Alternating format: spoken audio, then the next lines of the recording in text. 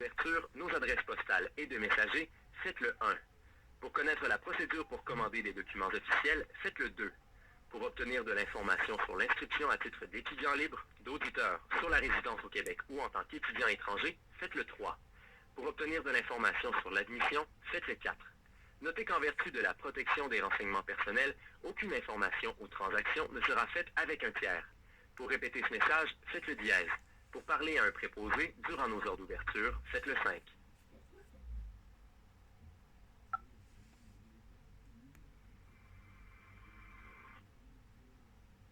Restaria, bonjour. Guillaume à l'écoute, comment puis-je?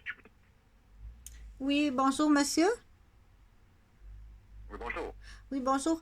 Je vais appeler, je vais garder mon identité anonyme. Je suis l'ancienne gardienne d'un enfant, d'un professeur qui travaille chez vous, Pierre Cercia. Donc, je suis OK. monsieur Cercia qui est au département des sports, là, médecine, je pense, médecine sportive. Donc, ça fait très longtemps de ça, mais j'attendais que toutes les familles de mon centre de la petite enfance aient 18 ans. Parce que lors des événements qui se sont produits, j'avais des femmes enceintes, des jeunes enfants, des bébés dans ma garderie. Et puis, à peu près une centaine de familles dont je m'occupais. Donc, il y a eu des actes de violence graves, du chantage, du marchandage, puis des aveux extrêmement graves de la part de M. Sarcia sur moi. Sans rentrer dans les détails pour l'instant, mais c'est grave. Du coup, moi, j'ai avisé la police du secteur de la ville de Rosemère, puis j'ai avisé aussi le centre de la petite enfance de Rosemère. Puis il n'y a rien qui a été fait. Je pense bien que monsieur a beaucoup de collaborateurs, donc il fait partie d'une force de la mafia, ce qui m'a fait comme aveu à l'époque, là. Il y a peut-être eu ce qu'on appelle un moment on dit, de vouloir faire des aveux, mais je suis à 15 ans. Ça fait 8 ans que mes deux enfants sont portés disparus, monsieur, puis j'ai aucune force policière qui m'aide parce que le réseau de la mafia est très, très fort.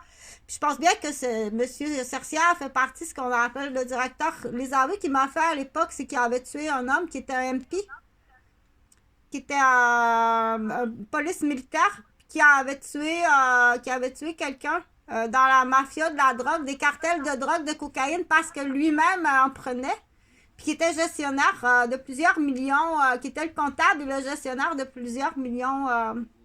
Donc moi, je suis juste la gardienne de son fils. Il me fait ces aveux-là, qui a tué quelqu'un, tout ça. Et puis, il y a du chantage, du marchandage qui est pris en cause à partir de là. Mais rapidement, ce que je veux, j'essaie de rejoindre les forces policières, il n'y a rien à faire. Ça fait 15 ans que je suis maltraitée, à détruire mon entreprise. J'ai été mise à la rue, je suis infirmière à la base, donc il m'a fait perdre mon entreprise, une maison de 500 000.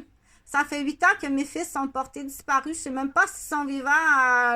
Ça circule que mes deux fils ont été assassinés.